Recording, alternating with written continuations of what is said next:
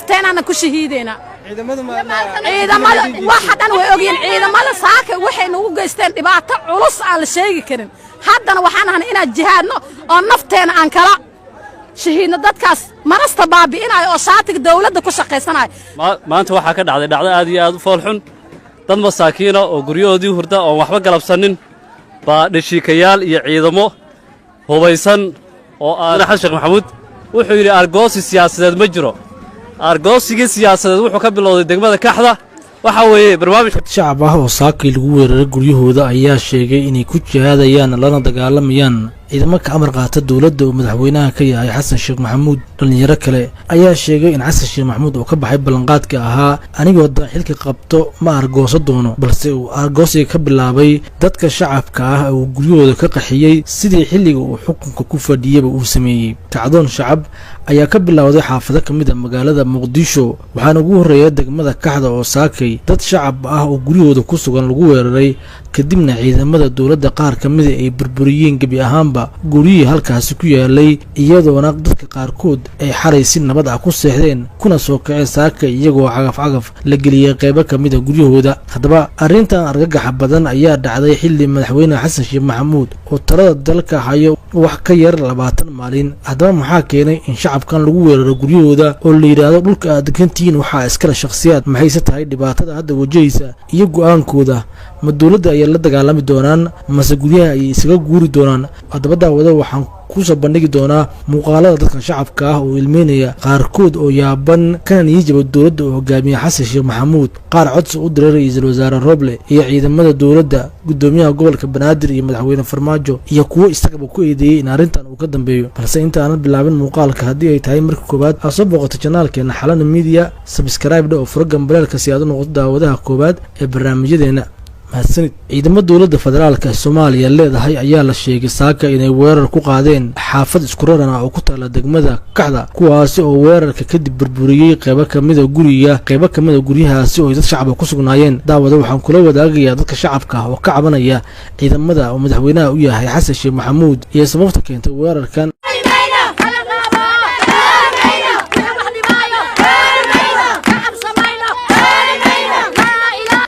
halkan waa degmada kaxda ee gobolka Banaadir xaafad ka tirsan xaafadan waxaa lagu magacaabaa Nuur Goorow dad shacab ah ayaa halkan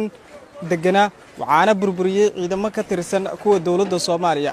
saaka 8 subaxnimo ayay dadkii shacabka ay halkan degana ay noo sheegeen in laga barakiciyay sidaad arkaysaan wax dhisan aagan ma jiro dadkii shacabka halkan ku dhaqnaana banaankaas ayay ka fadhiyaan ma jiraan waxay harsadaan mana jiraan waxay roobka uga gabadaan waxaana ka burburiyay ciidamo ka tirsan kuwa dawladda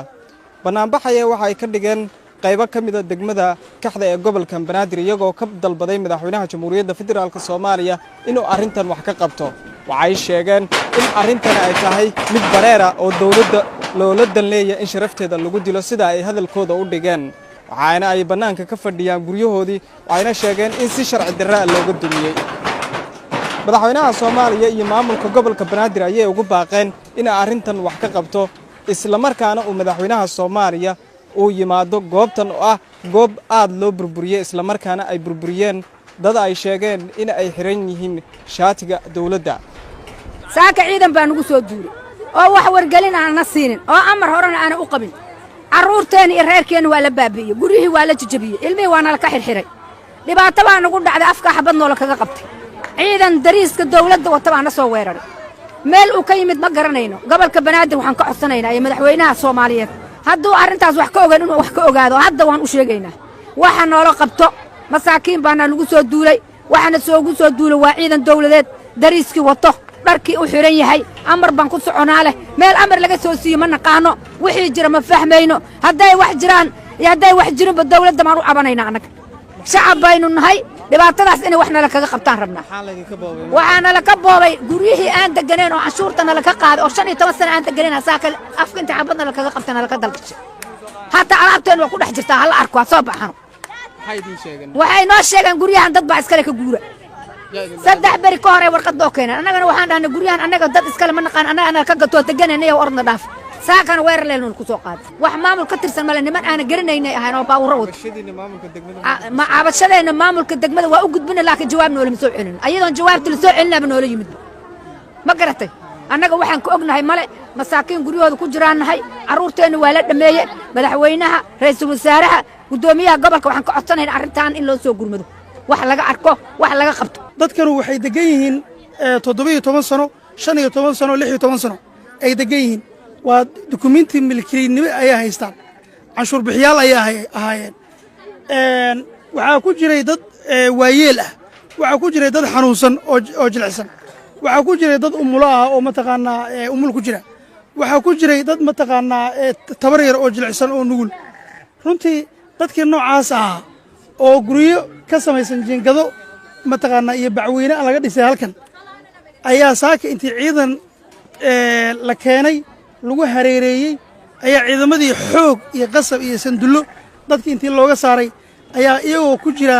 oo xataa qaarkood xitaa aan ka soo bixin oo sidii xalay u seexdeen ah ayaa lagu dumiyey oo cagafta la kormariyey runtii waa nasiib darro waxaan odhan karnaa arrinkaani waa fariin ama bahdil lagu bahdilayay madaxweynaha jamhuuriyadda soomaaliya xasan sheekh maxamuud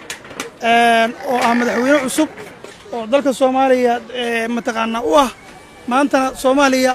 oo dhan matalaya jirnaa shahiid nafteenana ku shahiideyna ciidamada waxa dhan way ogyiin ciidamada saaka waxay nagu geysteen dhibaato culus aan la sheegi karin haddana waxaan ahan inaan jihaadno oo nafteena aan kala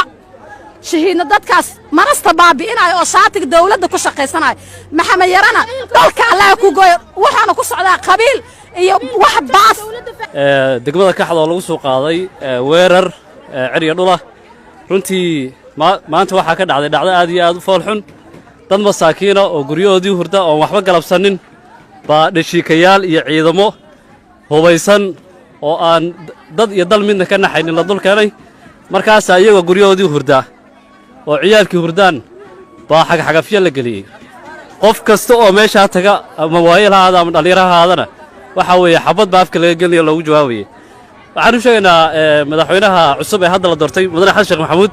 wuxuu yidhi argoosi siyaasadeed ma jiro argoosigii siyaasadeed wuxuu ka bilowday degmada kaxda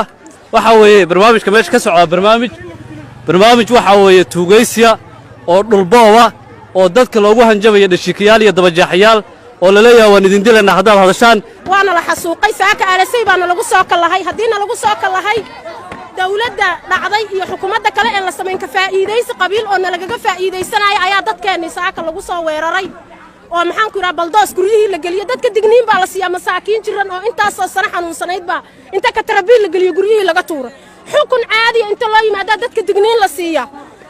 qabiil shaar huwan inuu yimaado uu degmadii intuu dukum daakum ka dhiga awood la isu sheegto oo qabiilaad ka faa'iidaysiya dawladda aan la soo dhisin iyo ta dhacday dhexdeeda 20 sanaan deganayn maxaa nooloogu imaan waay 20 sanaan deganayn waxaasi waa wax akhlaaq xumo ah waxaan rabnaa waxa wadanka sharci baan ku deganahay madaxweynaha xukuumay degmadan xaq baan ku deganahay waxaan rabnaa inay ka soo jawaabaan waxa dawladda sheegana kala wareeg baa lagu jiraa ka faa'iidaysi dad masaakiin lagu qixinayo waxaan rabnaa arrintaas in laga